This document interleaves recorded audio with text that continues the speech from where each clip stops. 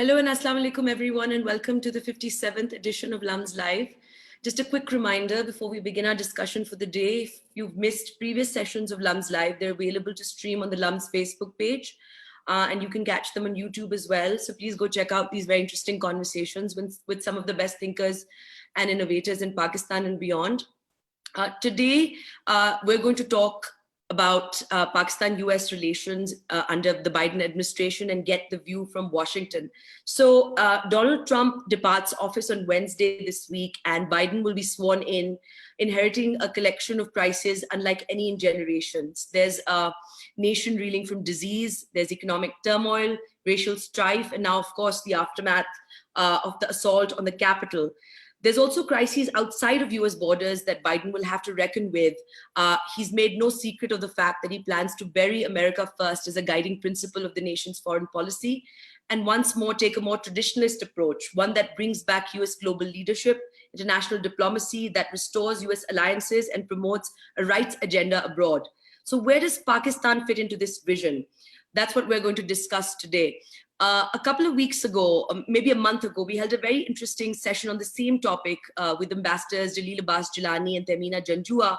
Musharraf and Michael Kugelman was also part of it. And today we'll be talking about some of the same issues again, but getting the view exclusively from DC, speaking to people who are and have been part of policy conversations from that unique vantage point. So very broadly, I'd like to quickly sum up some of the main areas we're going to try and tackle today. So Pakistan and the United States have always had a very issue-specific, security-centric, and what many have described as a transactional relationship that mainly revolves around securing Islamabad's assistance in advancing the peace process in Afghanistan. So we'll talk about whether that will change under Biden and how it can change. If Afghanistan is what has sort of held the US and Pakistan together over the decades, then what happens after the US exit? Will the United States' interest in the region diminish with or without a genuine political deal in Afghanistan? And to what degree will a potential failure in maintaining lasting peace affect Pakistan, as well as be problematic for Pak-US bilateral relations? We'll discuss that today. Then there's the question of how the new US administration will deal with the larger security situation in South Asia. There's the US-China confrontation, of course. There's growing hostility between China and India, between India and Pakistan. So what kind of a leadership role can Biden play? What are the main lenses through which he will view the region? Will it be counterterrorism? Will it be the China-US rivalry? Will he take a more balanced approach towards India vis-a-vis Pakistan, as the Pakistani Prime Minister has recently said in a statement that that's what the expectation is now from Biden? Will he continue Trump's pro-India policy against China? And how can Pakistan help in the US-China competition? We'll explore these questions. And then also, broadly, we'll look at patterns, at the degree of continuity we can expect from Biden with Trump's policies. Will his policy towards Pakistan be similar, different, softer, kinder? How will his past experience as VP impact his Pakistani policy? What is the sense of the thinking in DC and the new administration about Pakistan? It's kind of clear that Pakistan won't be a top priority for Biden, at least initially. And so it may be useful from Islamabad's perspective to take some proactive steps to engage. So we'll talk about what these steps might be, what some areas of converging interest could be. Would counterterrorism be the big thing? Climate change, trade, technology? So these are all huge questions, and we'll try to answer some of them with the help of our panel of very distinguished guests today, who all have a lot of experience dealing with Pakistani and US foreign policy. So in no particular order, we've got Dr. Cameron Munter. He's a seasoned diplomat who was the US ambassador to Pakistan from 2010 to 12, a decidedly difficult couple of years for the relationship. He's had an illustrious diplomatic career spanning over 3 decades. He's worked with several US administrations. He served as the president and CEO of the East-West Institute. Before he joined the Foreign Service, he taught European history at the University of California. He's also taught Columbia University School of Law, and he's a member of the American Academy of Diplomacy and the Council on Foreign Relations. We have joining us Dr. Tricia Bacon, a non-resident fellow with George Washington University's Program on Extremism and the author of Why Terrorist Organizations Form International Alliances. She's an associate professor at the American University, before which she worked on counterterrorism for over 10 years at the Department of State, including the Bureau of Intelligence and Research, the Bureau of Counterterrorism, and the Bureau of Diplomatic Security. She's also a senior fellow at Fordham University's Center of National Security and was previously at the Brookings Institute as a pre-doctoral fellow. We have finally, last but not the least, Michael Kugelman, who is the Asia Program Deputy Director and Senior Associate for South Asia at the Woodrow Wilson Center in DC. He's a leading expert on Pakistan, India, Afghanistan, and their relations with the United States. In his role at the Wilson Center, he's responsible for research for publications on the region. He's published op-eds and commentaries in the New York Times, the LA Times, CNN, Bloomberg, Foreign Policy, so on. And he's also produced a number of longer studies on South Asia. I welcome all three of you to today's debate. I'm Mehreen Zahra-Malik. I'm Pakistan editor for Arab News, one of the largest English language newspapers in the Middle East. I've previously served as Pakistan correspondent for Reuters. I was deputy editor at The News, as news editor of the Friday Times. Most of my work is on foreign policy, military affairs, national politics, human rights in the New York Times, Guardian, Washington Post, BBC, so on. I'm a proud LUMS alumni, and I'll be the moderator for today's discussion. So I'll start off with a broad question before we get into specifics. And I'll start with you, Ambassador Munter. And this is possibly a huge question, but broadly speaking, how will Biden's strategy on South Asia, you think, differ from Trump's? Maybe if you could walk us through some broad areas or themes of where, themes of divergence. Well, thank you so much for this opportunity, and greetings to all my friends from LUMS and to the others who are taking part today, and to my distinguished panelists. I'll try to keep it brief and make two points on this. First of all, I think that there will be the emphasis in the new administration will be different from the previous one. It'll be much more multilateral, and in that, it'll define issues in a more abstract way. That is to say, if you are waiting for a piece of paper that will be a Pakistan policy or even an India policy, you will, I believe, wait a long time. Rather, there are going to be a number of transnational issues, and the four that I think of that are on top of the agenda are climate, pandemic, trade, and digital governance. No, none of those are the kind of ideas or issues that were on the top of my agenda when I was ambassador in Pakistan. None of them are by definition bilateral.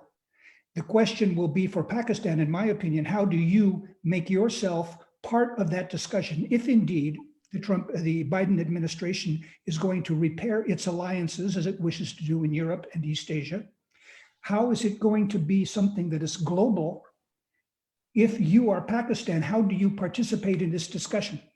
So this answers a little bit of your question about whether there's going to be a security focus. I believe security focus will be less, or let's put it this way, it'll be subsumed into these broader, more abstract terms: security as climate change, energy security, security as public health, security as the investment in the people, of the health of people, security in the notion of keeping prosperity around the world and preventing this kind of disruption that we've had.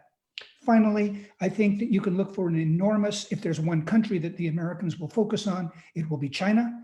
And this makes Pakistan a very important partner, but in a, I don't mean this in a derogatory way, but in a subsidiary manner. That is to say, it won't be that we suffer from what I used to criticize as looking at Pakistan through the Afghan lens. I'm afraid we may see looking at Pakistan through the China lens, and that'll be a different kind of things. Those will be different kinds of issues. So I'll leave it at that for now. So Tricia, Ambassador Munter's, pointed to a couple of things that are going to be important in the relationship going forward. Do you think Biden, as a counterterrorism expert, do you think Biden is going to take an especially robust position on counterterrorism in South Asia? Will combating terrorism be a major lens through which the US will continue to engage Pakistan and the region? I mean, I think there is a lot of infrastructure, and I think my colleagues probably even know more about this than I do, but there's a lot of infrastructure to continue the war on terror. There are a lot of organizations over the last 10, 15, 20 years that won't go away. But if you look at the people who are coming into the administration who are going to be working on South Asia, I'll mention three names to you. One is the man who has been selected as the coordinator for Asia. His name is Kurt Campbell. His focus is on China, and he will be talking probably about broad kinds of security rather than the specific elements of terrorism. Terrorism will be one of the elements he talks about. Similarly, Simona Guha is going to be the senior director for South Asia. She's known, in my mind, less for talking about terrorism than for talking about human rights. And the same is really true for Uzra Zeya, who is going to be the undersecretary at the State Department for Democracy. She's also more of a human rights person I don't mean that she doesn't care about terrorism, but more known for human rights focus than for counterterrorism. So I would argue that terrorism will be there, but terrorism, I think, will be subsumed, again, into some of the broader issues, and among them I conclude certainly human rights. Just as India will be criticized about Kashmir and about its treatment of Muslims, Pakistan may be criticized for its treatment of Hazara and Ahmadis. So in other words, this may be a lot closer to the surface, I believe, than we've had in the past. So, Tricia, I mean, you know, the same question directed at you, since, you know, you're the sort of, your focus is counterterrorism. Do you expect terrorism to be one of the major things that keeps the relationship going? I think that there's shifts on multiple levels. We had a period where counterterrorism was the defining US national security policy, full stop. And that put Pakistan and Afghanistan at the top of the foreign policy agenda. That focus maintained, but then the regional shift went to Iraq and Syria. And then we had sort of the evolution that Ambassador Munter refers to, which is this much more great power politics and those kinds of concerns about China. So I absolutely agree that from a foreign policy standpoint, counterterrorism will decline on the agenda in the bilateral relationship. I would say even from a counterterrorism perspective, South Asia is now probably a third tier priority. It went from being the first to the second after the Middle East, and now I would say third after domestic far-right concerns, still concerns about ISIS, and then I think we have the residual concerns in South Asia. So I think it's declined both in terms of the bilateral relationship and the importance of the region in terms of focus on counterterrorism. And we'll probably see some of that in the appointments of counterterrorism officials, that there will be people who are more focused on the domestic and the far right threat. Having said that, I think the Obama administration experienced this too with the resurgence of ISIS. Terrorism is a wild card. And if we see the resurgence of Al-Qaeda in some kind of major way, if we see some kind of major terrorist attack in India, it can be a lower level priority that very suddenly comes to the top of the agenda with unanticipated major attacks or a resurgence of an organization like Al-Qaeda. I see. Michael, you've written an op-ed this month saying that while Biden, you know, could very well engineer a full-scale foreign policy reset, his administration's likely South Asia policy will be an anomaly in the sense that it will see a rare example of considerable continuity with Trump. So do you want to walk our listeners through this argument, you know, maybe talk about 2 or 3 major things that you think will remain the same? Sure. Thanks, Mehreen, for having me.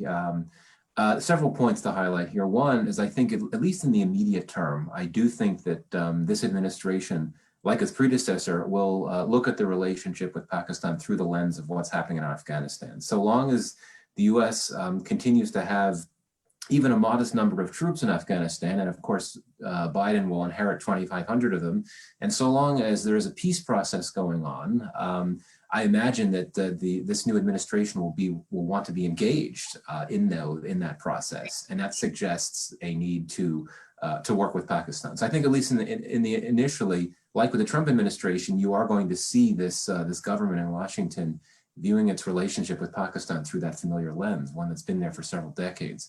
You know, another similarity, and this gets to broader geopolitical issues, the emphasis on India will continue. There's strong bipartisan support in Washington, as you know, and as your audience knows, for a deeper security partnership with India. And of course, that has, I think, significant implications for the relationship with Pakistan moving forward. I really do think that while we could talk about the potential for expanding the relationship into the areas that Ambassador Munter mentioned, particularly non-security cooperation, I do think that the dynamics of both a growing US-India relationship and, of course, the China-Pakistan relationship, I think that those will pose limits on just how far the US-Pakistan relationship can expand, particularly in the security realm. But I think those are two areas where we will see similarities. And certainly, I agree that there will be some changes, there will be some shifts. And I think that the fact that the Biden administration will bring a more multilateral style to things, which is, of course, an obvious point. I think its willingness to work on some of these broader issues like health and climate change that has significant implications for Pakistan in a good way. And finally, if you look more broadly at how the Biden administration will want to at least try to improve a bit the relationship with Iran and perhaps even the relationship with China. If that's true, if that happens, I think that would have positive implications for Pakistan and by extension, the US-Pakistan relationship, just because Pakistan wants to have good relations with the US and with China. And it also values its relationship with Iran, does not want to have to worry about a heavy sanctions regime coming from Washington. So yes, I do see a significant amount of continuity when it comes to Biden's policy in South Asia and Pakistan compared to Trump's. But indeed, I mean, there will be some notable differences as well. Could I make a comment on that? Yeah, sure. Just a quick comment. You know, when you think of diplomacy from the point of Pakistan, you know, part of it will be whether Pakistan, which has complained about being labeled a problem, if Pakistan can make itself part of the solution rather than part of the problem, the two ways that Michael have mentioned, I think might be welcomed. I can't speak for the administration, but if China can somehow be a help in easing tensions between the United States and China, and especially if Pakistan can be a help in helping the priority of the new administration to have a new kind of relation with Iran, this could give a new reputation to Pakistan as a country that contributes to international peace, rather than a country which has fairly or unfairly been labeled a problem over the last couple of decades.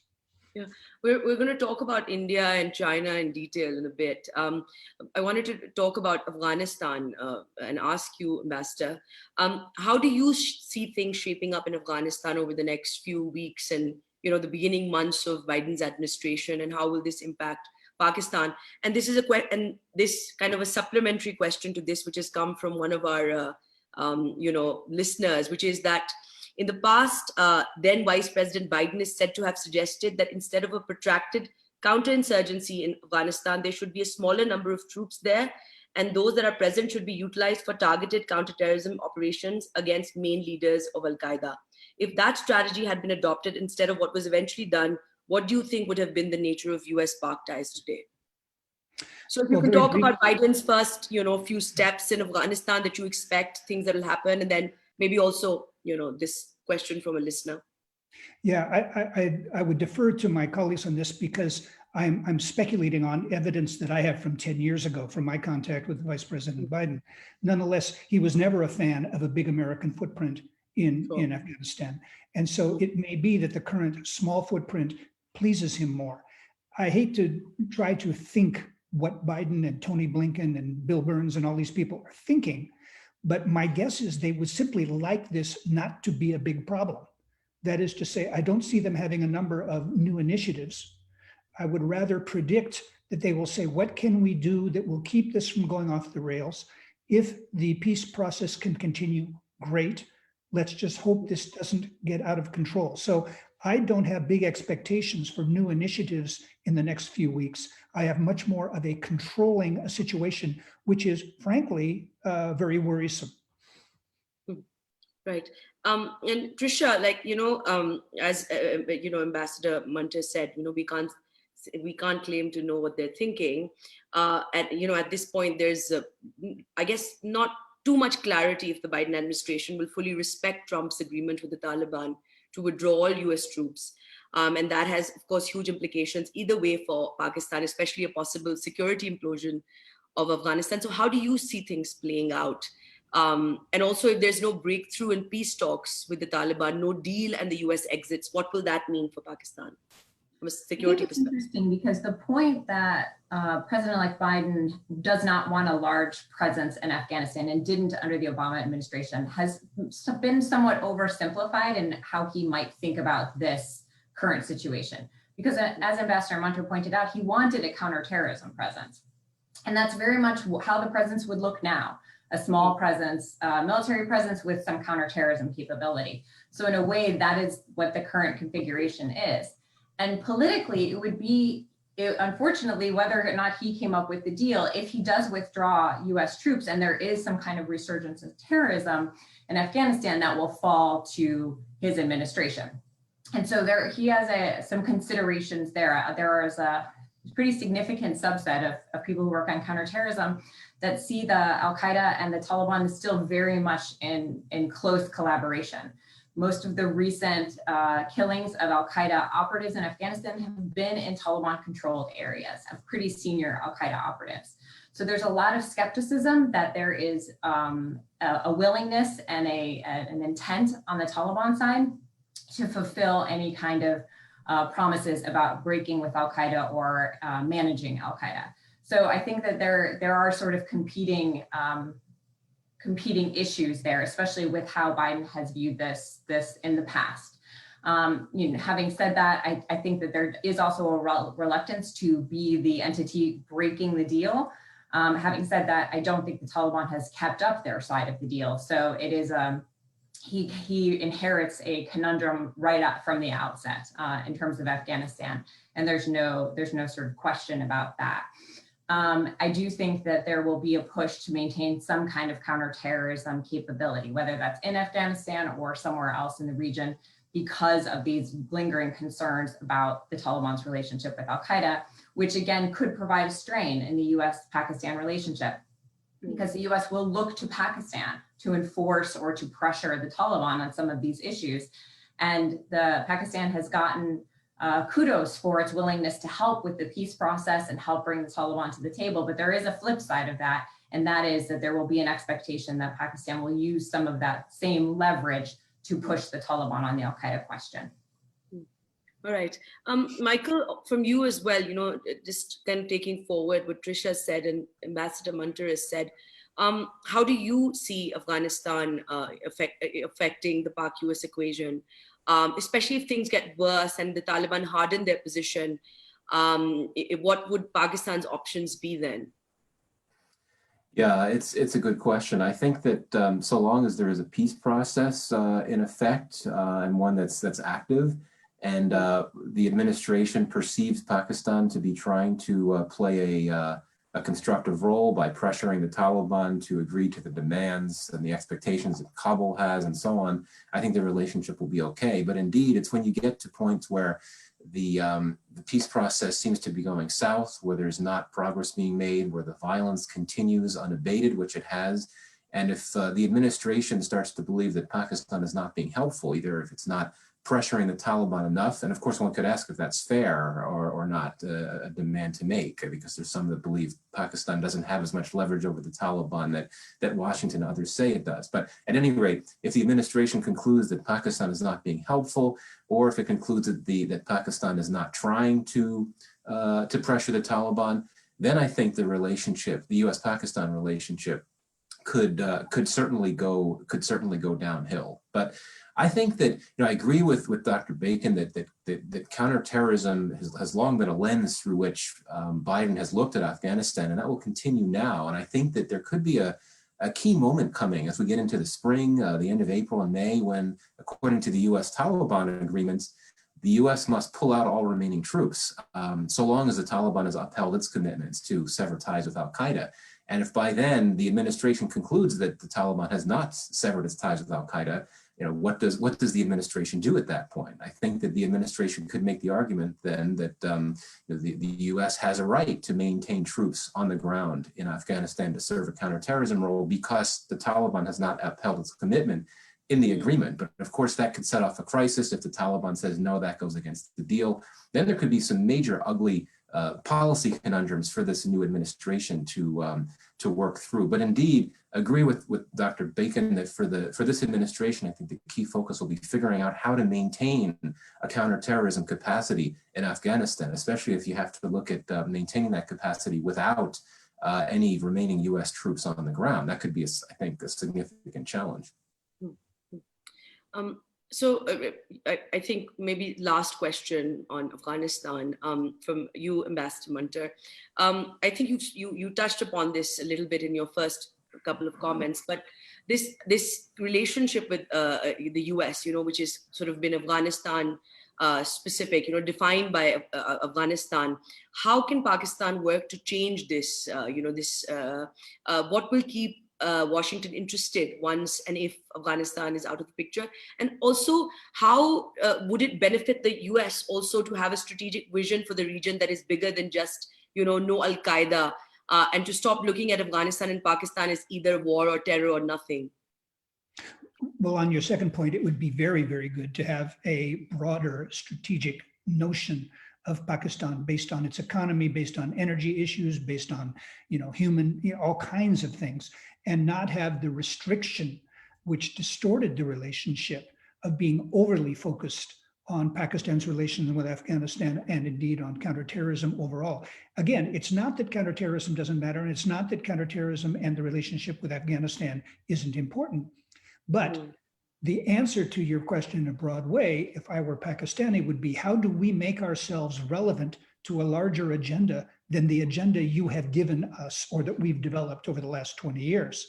And the way to do that would not necessarily be to win or lose or solve or change the relationship with Afghanistan, but to open the aperture, to broaden the relationship, to take advantage of some of the dynamic elements of the Pakistani economy, as an example, to try to deal with some of the issues, the diplomatic opportunities that we talked about, perhaps with Iran or even with Saudi Arabia, to try to think of ways to portray Pakistan differently.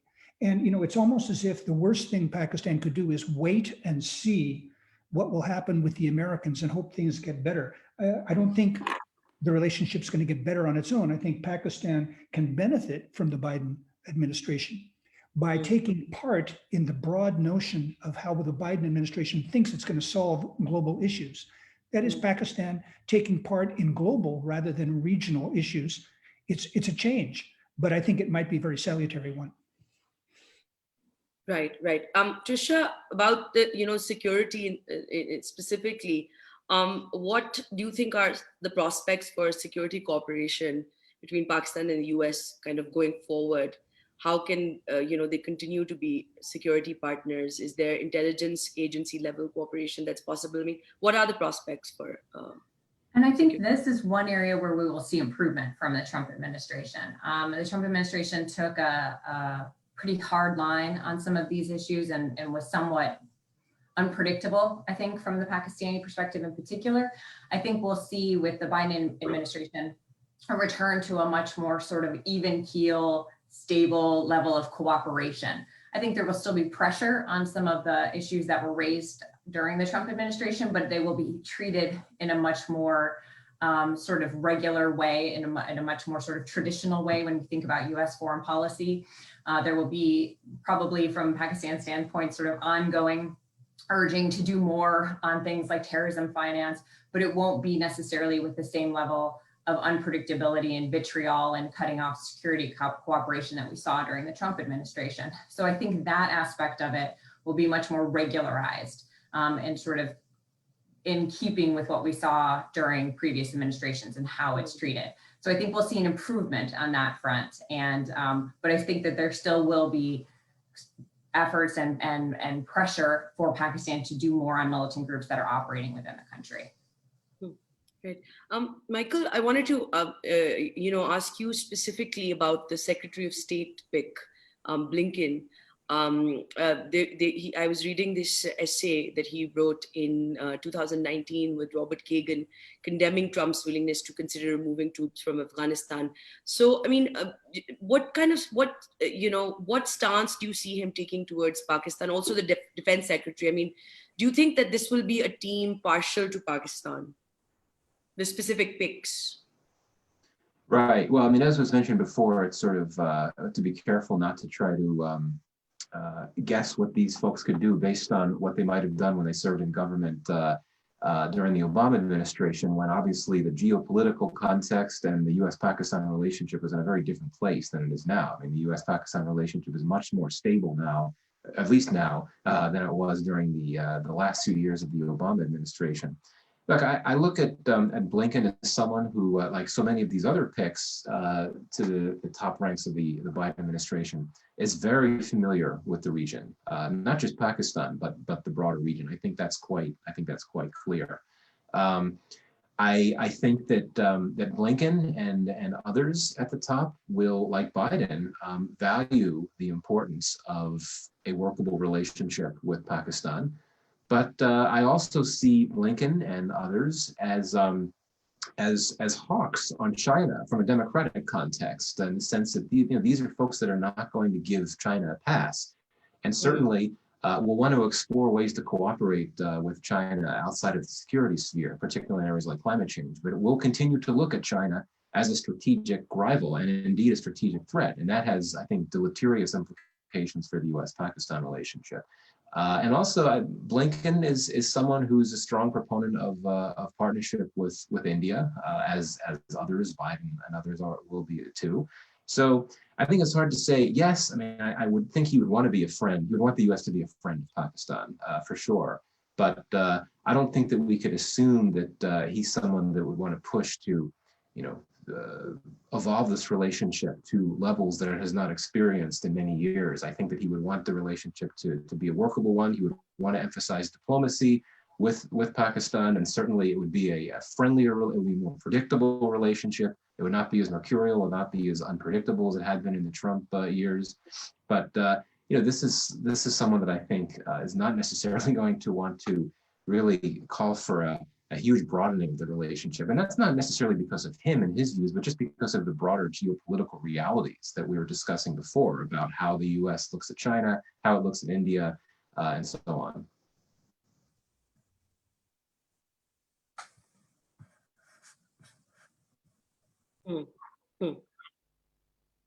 So Biden has picked, Kurt Campbell to be his senior official for Asia policy. And Campbell outlined his approach to Asia in this 2016 book, The Pivot, which talked about strengthening existing alliances and building closer relations with India and Indonesia in the face of a rising China. So it looks like, would you agree that the United States South Asia policy will flow from the Indo-Pacific policy? And how does Pakistan fit into this for the US when it's ostensibly on the wrong side of the Indo-Pacific rivalry? Who is this question for me? Or for you, yes, for you. Okay. Yeah, no, I agree with you. I think that at least conceptually, what Kurt Campbell writes about is, in a military sense, trying to figure out what the reality is of the so-called Quad. In an economic sense, focusing on the role that the dynamic economies and societies in Southeast Asia can have on the relationship with China, so that it's a vision of Asia where, fair or not, Pakistan is fairly peripheral to this vision of Asia, and there is a lot of emphasis on what happens with India as a potential rival. Similarly, you have a lot of other people. Very few of these major leaders in the new administration are China experts. Blinken, Sherman, Nuland, Austin, Colin Powell, Jake Sullivan, Phil Gordon, Bill Burns. None of these people are China experts. And so listen closely to what Kurt Campbell says, because he is going to be the expert in the room for American policy. And what I don't know is whether or not this pivot will stand up to reality. Just as assumed in the pivot was that kind of the Middle East won't continue to be a problem. Well, guess what? As you well know, the Middle East continues to be a volatile place, and you can't just walk away from the Middle East when you want to. I think, with all respect, I think one of the skeptical elements I have about this idea of kind of an Indo-Pacific policy is, wait till reality hits, wait till there are real challenges, wait till there is a crisis in the Taiwan Straits, wait till there is a crisis in the Persian Gulf, the Eastern Mediterranean, God knows. The new team is coming in with huge intellectual firepower to create a conceptual model for how it's going to solve problems in a way that Trump didn't. But reality has a way of making these things more difficult. So my answer to your question is yes, listen closely to Rick Campbell and what he talks about, but also wait to see how that idea adjusts to the crises that may show up in the next 6 to 12 months. Right.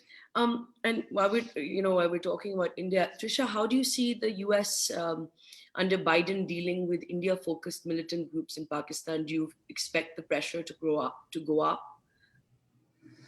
I don't expect the pressure to go up, but I think that there will be continuing pressure in this realm. And the pressure on these groups was largely deprioritized behind Al-Qaeda, behind the Taliban, behind the Pakistani Taliban. There was a number of other threats that required more immediate attention under the Obama administration. And so I think that with the deprioritization of some of those issues, I think there is more space for the administration to continue to press on this, especially with FATF and some of those other mechanisms, which have Pakistan has been responsive to and has made some moves, especially against Lashkar-e-Taiba. So I expect that pressure will continue, but I don't expect that it would increase, barring some kind of major attack and some kind of precipitation of a crisis between Pakistan and India because of a terrorist attack. And if that does happen, I see the Biden administration as much more likely to return to the conventional US role in managing and helping to arbitrate such a crisis. The Trump administration was more India leaning and more willing to let India respond to such crises. I think we're going to see the Biden administration return to an effort to de-escalate and to be a fairly neutral arbiter when there are those kinds of crises. So I think that there will be sort of a combination, but largely a return to what we saw previously, especially under the Obama administration and handling some of those issues. Michael, from you as well, I mean, you write and speak a lot about this. So, do you think that Biden will take steps to restore the US's role as a strategic balancer between Islamabad and Delhi? Is there like a, delicate kind of dance that we're about to witness? Yeah, I know that in Pakistan, one of the big questions is whether this administration, this incoming administration, because of its having put an emphasis on promoting democracy and rights overseas, that it will want to try to apply pressure, use its leverage as a partner of India to apply pressure on India to rein in what it's doing in Kashmir. I think that may be true to an extent. Perhaps there could be some private, quiet discussions about that, but I'm not sure I would overstate that possibility. I do think that this administration, like previous U.S. administrations, picks and chooses the countries that it's particularly hard on when it comes to rights issues, and it tends to be particularly hard on those that it doesn't get along with all that well. So, for instance, the Uyghur issue in China, I think, is something that you're going to hear a lot from the Biden administration on. Mm. But when it comes to India, it's a very different it's a very different dynamic, to be sure.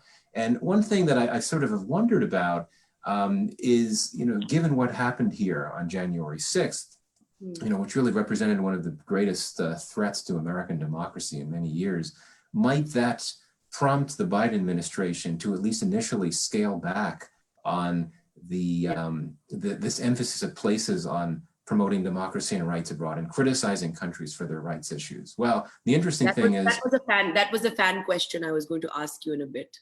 Right. Well, I mean, it's striking that there has been, through tweets and a few other statements from incoming administration officials, there has not been, I've continued to see criticism of rights situations in countries like Russia and Saudi Arabia. Jake Sullivan has tweeted a few critical comments about Russia and Saudi Arabia, which of course are rivals of the United States.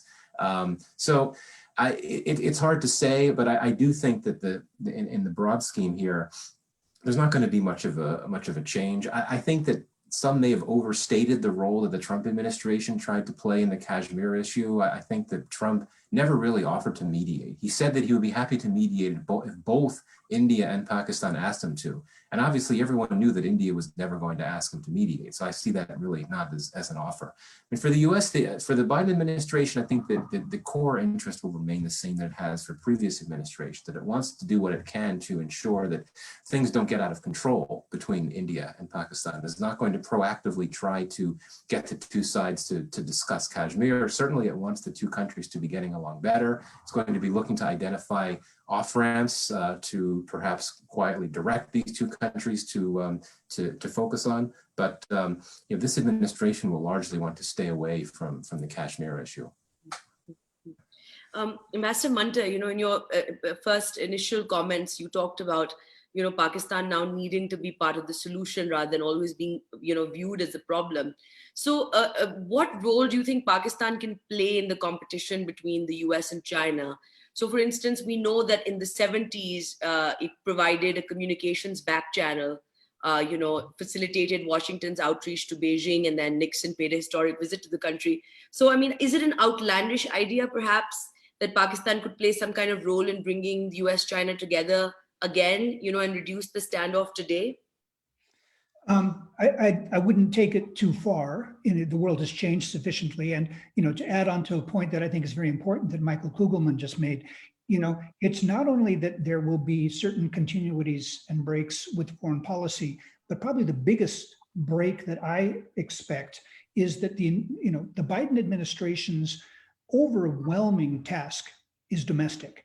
And the overwhelming focus and energy and obsession of this new administration will be, especially in its first 3 to 6 months, in my opinion, dealing with domestic issues, domestic public health, domestic economics, domestic terrorism.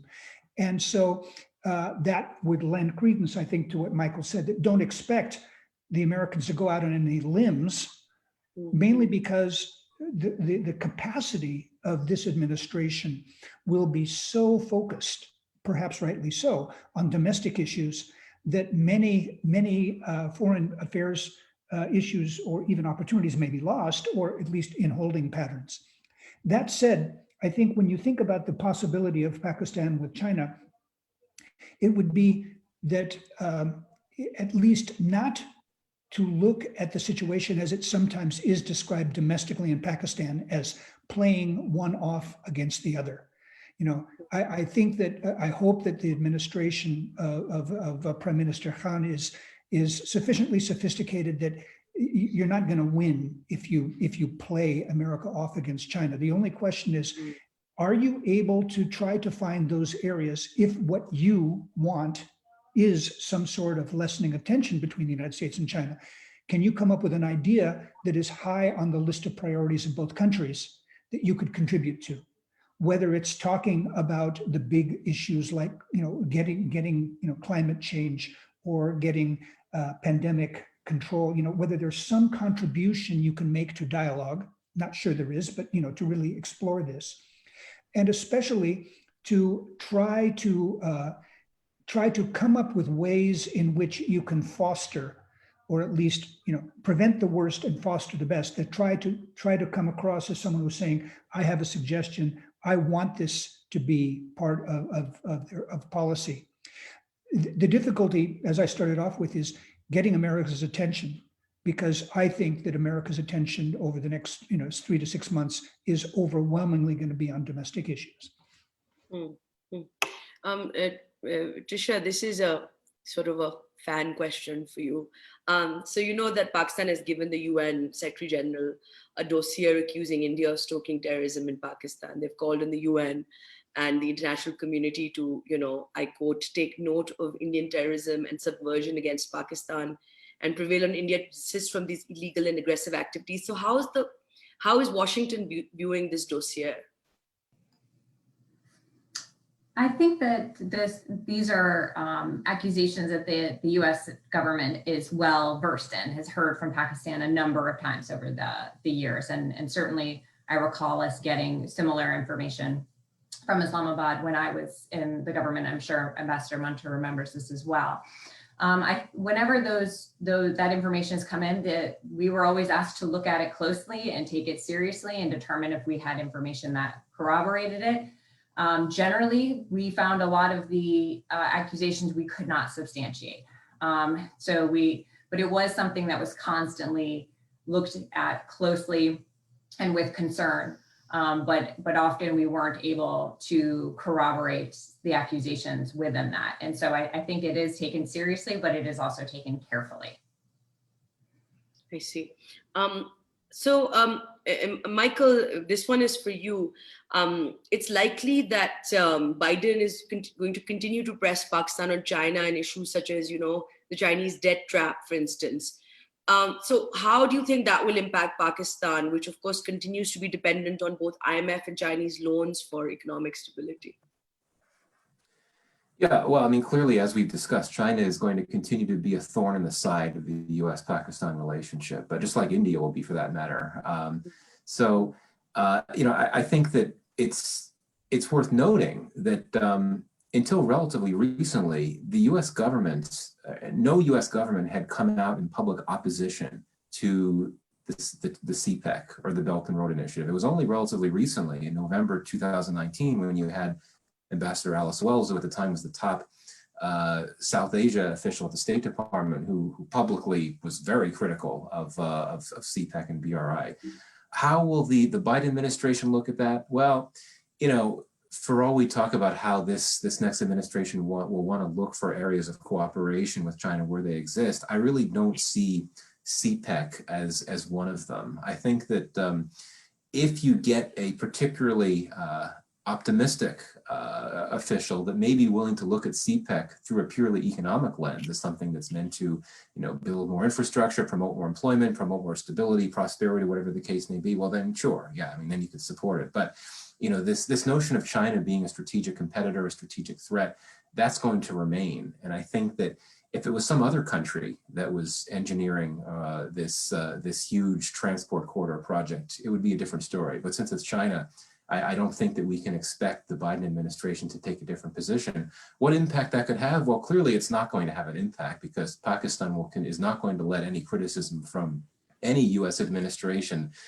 impact its relationship with China and the CPEC project, which has experienced some challenges over the last 2 years. The momentum has slowed down to an extent, but it continues, as does the broader BRI. So I don't really see any criticism or opposition from the Biden administration as something that would have any type of impact on the on CPEC or the U.S.-Pakistan relationship. And Islamabad, I would imagine, would expect that the Biden administration would, like the Trump administration, be critical of CPEC. So I don't really see it. It'll be a nuisance in their relationship, but it's not going to have a significant impact, I don't think. All right. Ambassador Munter, I feel like you wanted to add something to that. Not really. One other point it would be to watch carefully about things. The entire element of this relationship is not all about Pakistan. It's not all about America. There are internal things going on in China that will have an enormous impact on this as well. And, indications that there is a drastic scaling back of BRI around the world. And that, people in the United States who saw BRI in general as this enormous, calculating, cunning threat to the world. If you really look closely at BRI, you notice that it was a fairly hastily thrown together initiative that was, not at all thought out at its initial phase. And it may be that for reasons having nothing to do with Pakistan or America, that BRI and CPEC either do well or don't do well. In other words, there's another element to this which could have a big impact. And I think keep your eye on BRI, it may be in trouble. Right. And on Kashmir, so Biden, of course, he's come out in support of the Kashmiris and he's compared the plight of Muslims in Kashmir with that of the Rohingyas in Bangladesh and, Muslims in China. And, I was reading a statement from June 2020 when he asked, sort of kind of directly asked New Delhi to restore, Article 370. So do you think his declared policy on Kashmir during the campaign will become the official stance of his government? Will he walk that talk? Well, again, it'll probably stay the policy of the government, whether or not this will make an impact, whether or not he'll put any teeth behind that is something I would doubt. I'm skeptical, even though it's embarrassing, when you say here's something that should not happen, and then you don't do anything about it.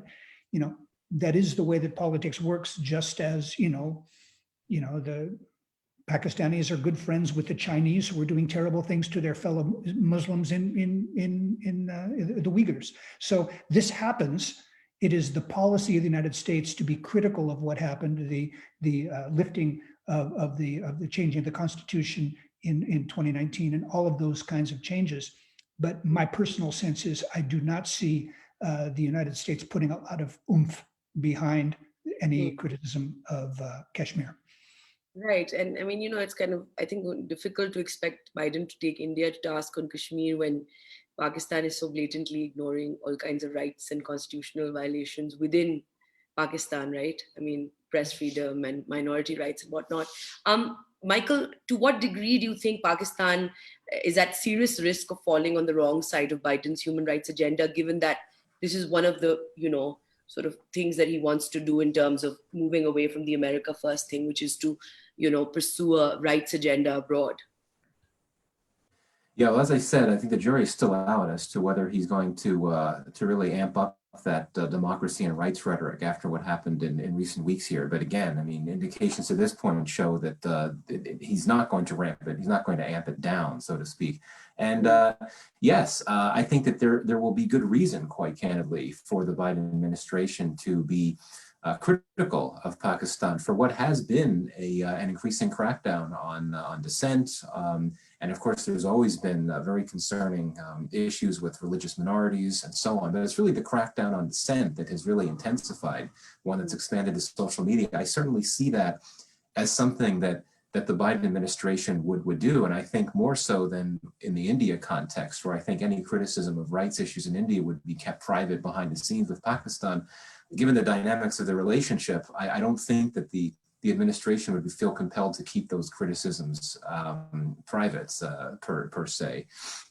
Just one clarification, while I could be wrong, I don't recall Biden himself calling for Article 370 to be restored. I know that there was criticism perhaps from him and certainly from Kamala Harris about the rights situation in Kashmir, but I think it was Bernie Sanders was the only presidential candidate, as I recall, who had actually publicly demanded that India reverse its decision to revoke Article 370. Yeah, but your point stands that indeed, I mean, there had been criticism from Biden's campaign about what was happening in Kashmir, and I think that is significant because, and I don't think that would have happened if you hadn't had the revocation of Article 370. You wouldn't have as much criticism from the U.S., and I think that gets to a broader point that it would take something really significant, provocative from India to cause there to be significant levels of public criticism or pushback from the Biden administration about India's activities in Kashmir. I think you have to look at something very hypothetically, like some type of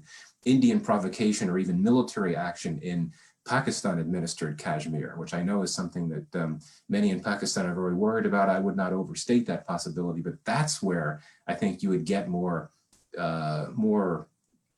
comments, more criticism from the Biden administration. But yeah, I do think that we will see this administration be very willing to criticize Pakistan on its for its rights issues in ways that the Trump administration really was not.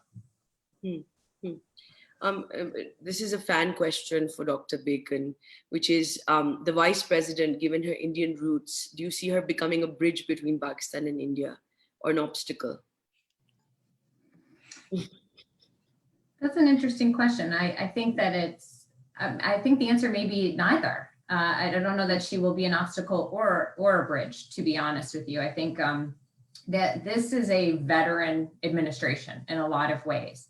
There's a lot of people, as Ambassador Munter talked about, who are coming from the Obama administration, who have are not necessarily experts in the region, but have ample experience with it, given how much of a priority South Asia was under the Obama administration, and are also very aware of the concerns about China and how India fits in with that.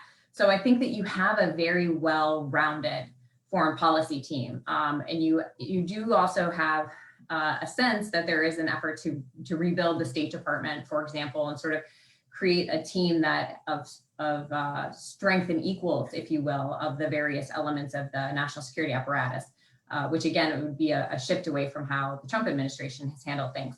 So I think you're going to see a powerful foreign policy team with a lot of voices. And I don't necessarily see that one will be a particularly outsized voice on these issues. So I would sort of, I was given two choices, and I would say sort of probably neither of the above in this case.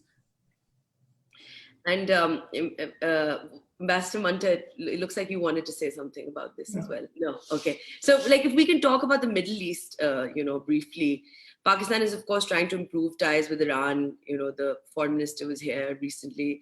Biden has said he wants to re-engage Iran. So what kind of role do you think Islamabad can play? And what would be the effect on Pakistan of the prospects of even, modestly improved US relations with Iran? Well, again, I'll just repeat what I said before. I think this is an enormous opportunity for Pakistani diplomacy to show that it can solve an international problem, or at least contribute to the solution of an international problem, and be generous with the Americans, or be perceived as generous and perceived as a problem solver. Look, Iran is a neighbor. Iran, it's not a perfect relationship, but it's someone with whom Pakistan has very complex and very, very, I think, sophisticated ties. If the leadership of Pakistan were to put an effort into trying to say at least open channels between the Americans and the Iranians, it couldn't hurt. It would only serve to give Pakistan the reputation as a problem solver, and who knows, it could lead to new and creative ways of trying to lessen the tension between America and Iran. Mm-hmm. And so diplomatically, the answer is diplomatically, that's where they should work. Right. And Tricia, do you think that Pakistan can anticipate some relief when it comes to the aid money that Donald Trump suspended, particularly, military aid? Is it possible that Biden may resume a part of that funding, maybe to reward Pakistan for its support in Afghanistan? How do you see that?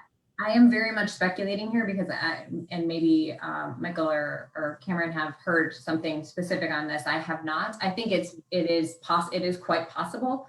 I also think that generally, while this administration has a lot of Obama veterans, Obama administration veterans, there's pros and cons to that. I think the Obama administration ended up quite frustrated with Pakistan, and there was a lot of things that were tried during that time. It was a different time that did not succeed the way the administration had hoped.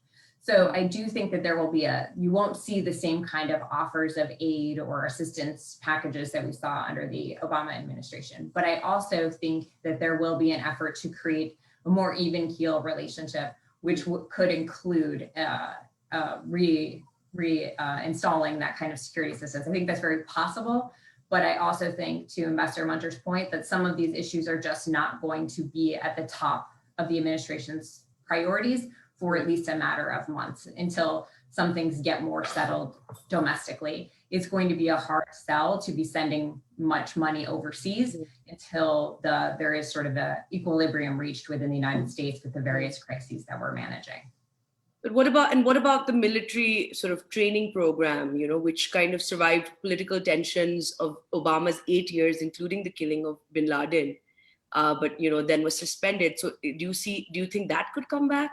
I do think that could come back. Those are the kinds of relationship building endeavors that have typically transcended administrations and different political leanings of administrations. So I think that is something, and it's not a high budget item. It's not a particularly costly item. So I think that is quite possible that will return and may not necessarily take as long to do so, as long as it comes on to the agenda. Right. Michael, I wanted to talk to you a little bit about, trade opportunities. So the US is, of course, one of the largest markets for Pakistani exports. What kind of reforms do you think are required to make Pakistan an attractive partner to US business, and to, encourage the Biden administration to invest more, to encourage American, businesses to invest more in the country? Yeah, I would argue that trade is actually one of the quiet success stories of the relationship in recent years. You know, when Imran Khan came to Washington in 2018, the White House released some statements laying out how, for instance, there had been a new record achieved in bilateral trade. And I think 2018, there was a new record set. And in the few years since then, the volume has gone down, but it's remained around the same. We're talking about $6.5 billion, which is not bad for a relationship that's struggled to a great degree. And the Trump administration had actually made these statements that U.S.-Pakistan trade has benefited American farmers because the top U.S. exports to Pakistan are things like soybeans and cotton and so on. So that was a pretty strong statement to make. And meanwhile, you have had textiles from Pakistan that have come to the United States, particularly linens, cloths, that type of thing. But certainly they could go a lot further. And I do think that here you get to concerns within the U.S. business community that have been longstanding. I mean, talking about things like insufficient enabling legislation for a better investment climate, too much red tape, taxation issues, that type of thing. But I would argue that it's not only the situation in Pakistan that is limiting for U.S.-Pakistan trade, but more so the situation in the U.S. I know that for many years, Pakistan has wanted to have better access to markets in the U.S. just because of concerns that the import tariffs are too high. And really for domestic political reasons, the U.S. has been unwilling to alter that. It's been willing to give benefits to closer partners in the EU and elsewhere, but not Pakistan. That will remain a concern. And I do think that, even though we hear that this administration is no longer going to be America first, all that, this administration is placing a huge emphasis on boosting U.S. employment, U.S. jobs, and for good reason. So that means the last thing it's going to want to do is to make a move that could benefit Pakistan of all countries and impact for the worse, textile producers in the Carolinas, for example. It's just not the time for that. So bottom line is, I think that it's great what we've had with trade, but there are going to remain significant constraints. And, Tricia, maybe you could answer this question on the financial action task force fronts. Do you think Pakistan is likely to get relief in the form of getting off the gray list? Or, or do you think the Biden administration would know that pressure asserted from the forum has resulted in crucial gains, and it remains a key leverage to get further concessions from Islamabad? So do you think they're going to keep asking for more work, continue to add more to the agenda, or do you think that we're sort of out of the woods? I think that the latter scenario that you outlined is probably the more likely one, that there will be continued requests of actions to take. Pakistan has certainly demonstrated a willingness to undertake actions that were once not considered very likely. So I think that there certainly has been strides, and that has been recognized. But I also think that there will be continued requests, especially to go after, for example, Jaish-e-Mohammed. There has been movement against Lashkar-e-Taiba and some of the senior leaders. But I think that there will be additional requests to move against groups, especially one that has the potential to ignite tensions with India. So I don't think relief is coming anytime in the near term. I think it's more likely that Pakistan will remain on the gray list with additional requests for action. Right. We're almost out of time. So Ambassador Munter, what lessons would you have for the incoming administration about Pakistan, given that you lived through the really tough times of 2010, 12? Look, I think that the fact I think that Tricia mentioned earlier was that there may be less attention to Pakistan than there was at that time is not necessarily a bad thing. I think that there is an opportunity to see Pakistan in a new way if Pakistan is able to portray itself that way. I think domestic reform is necessary in America, but also in Pakistan. There's still the perception that Pakistani democracy is flawed in many ways, that it's not a lot of constituencies, but rather a patronage system.